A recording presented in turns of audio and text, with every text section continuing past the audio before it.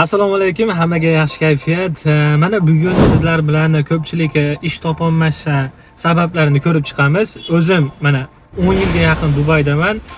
Restoran, sotuvchilik, o'sha sohalarda hammasidan tajribam bor. Shular bilan siz bilan bu videoda bo'lishaman. Ya'ni bu ma'lumotlar bilan sizga ishga kirish imkoniyatingiz yuqori bo'ladi. Aytib o'tishim kerak, men ishga olib kirmayman, lekin sizga ishga kirib ketishingiz uchun imkoniyatni 5-6 barobarga yuqori qilib beraman. Unda qani boshladik. Ko'pchilik Dubayga keladi va bu yerda ko'rib turib, holatni bilib turib ish yo'q ekan deydi. Ish yo'q emas, yondashuv noto'g'ri. Ya'ni hamma joyga ham borib so'rasanglar ish bera olmaydi yoki uyda yotib onlayn apply qilsangiz ham ish ham chiqa olmaydi.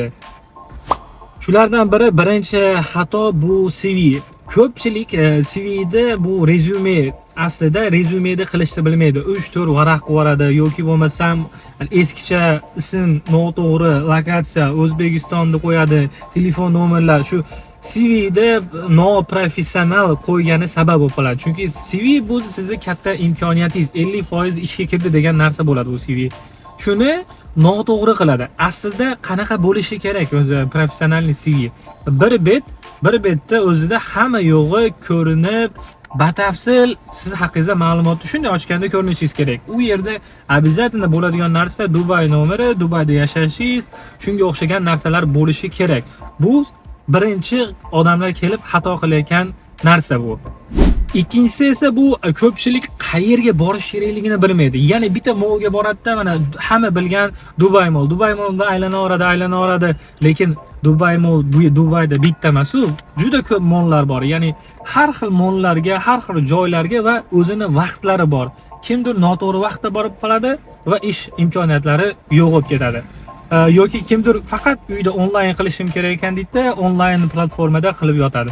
Lekin tashqariga chiqsa, imkoniyati va to'g'ri vaqtda boradigan bo'lsa, imkoniyati ancha yuqori bo'ladi ishga kirish uchun.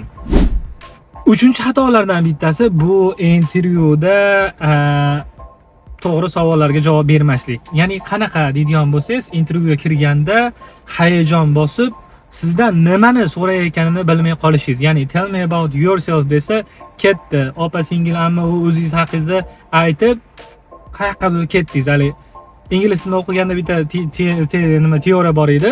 Ya'ni agar maymun sendan banan so'rasa, unga olmani qo'shib berma deganda, ya'ni sizdan maymun banan yegisi kelyapti, shun bananni berishingiz kerak. Ya'ni siz haqingizda bu ishga loyiqmisiz, loyiq emasmisiz? Ya'ni shu o'sha ishga yaqinroq javob berishingiz kerak. Misol uchun sotuvchilikda, tell me about yourself dedimi, men ismim Nodirbek, shu sotuvchilikda 3-4 yildan beri ishlayman, mana brendda.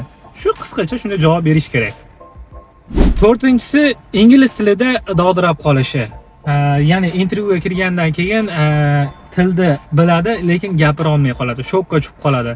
Ya'ni bunga tayyorgarlik qilmagani birinchi sababdan, ikkinchisidan borganda hayajoni juda yuqori bo'lganidan dovdirab qoladi ko'pchilik. Men tilni bilsam, chunki 8,5 IELTS bor odamlar kelib turib bu yerga ishga kira olmasdan ketganlar bo'ldi, lekin uni aksari holatlari shustruy bolalar tilda zo'rg'a misol uchun o'zini tushuntirib berib bir narsa deya oladi. Ya'ni shu narsani shu joydan ma'qul olib qo'ya olmayman deydigan bolalar ham keldi.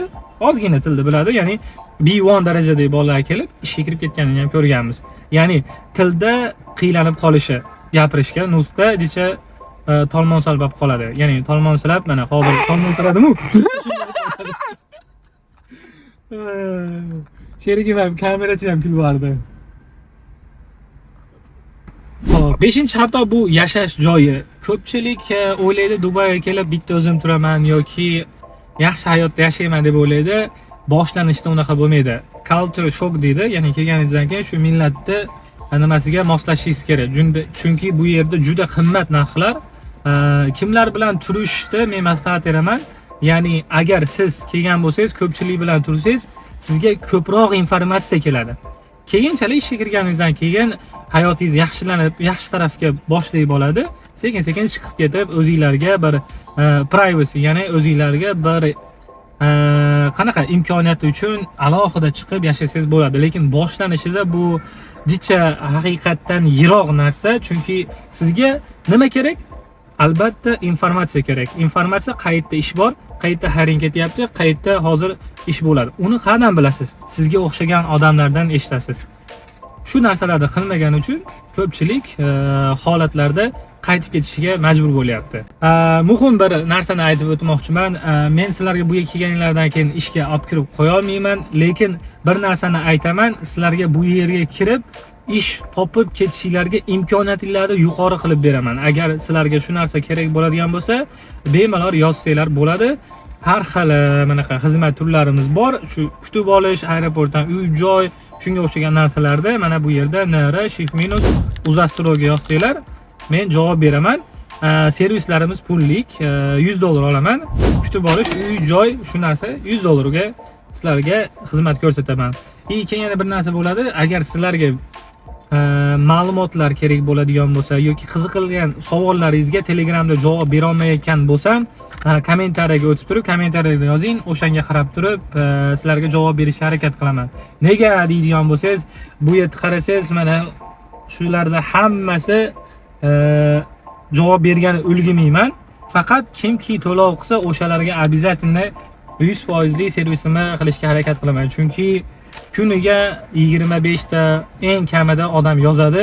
Har bittasiga 5 minutdan vaqt ajratsam ham ko'p vaqtim ketib qoladi. O'ylaymanki, videomiz foydali bo'ldi. Agar foydali bo'lgan bo'lsa, bitta like, kanalimga obuna bo'lmagan bo'lsangiz obuna bo'lib qo'ying. Kelasi videoda sizlar bilan ko'rishguncha, mayli, xayr.